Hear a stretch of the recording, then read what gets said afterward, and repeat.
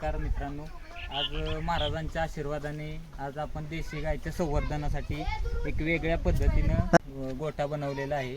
तरी तो मी तुम्हाला आता दाखवत आहे. मित्रांनो, आम्ही नेचर केअरटेकर संस्थेच्या वतीने हा एक देशी गाय संवर्धनासाठी वेगळ्या पद्धतीने गोठा बनवलेला आहे. की आपली जी देशी गाय आज आपण पाहतोय की देशी गाय सर्व कत्तलखान्यात चाललेले आहेत आणि आपलं आरोग्य पण बिघडत चाललेलं आहे, शेतीचं पण आरोग्य बिघडत चालले.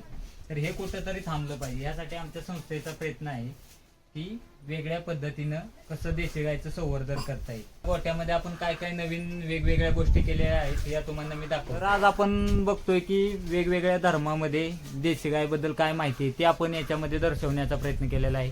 या आपल्या देशातील संपूर्ण गायींच्या जाती आहेत त्या आपण दर्शवण्याचा. आज आपण पुराण काळापासून पण देवी देवतांच्या आपण पाहतो की त्याचं वाहन असेल, देशी गाय, बैल, हे पण आज आपण ते सगळं संपुष्टात आणलेलं आहे आणि आपण आजाराच्या मागे चाललेलो आहे.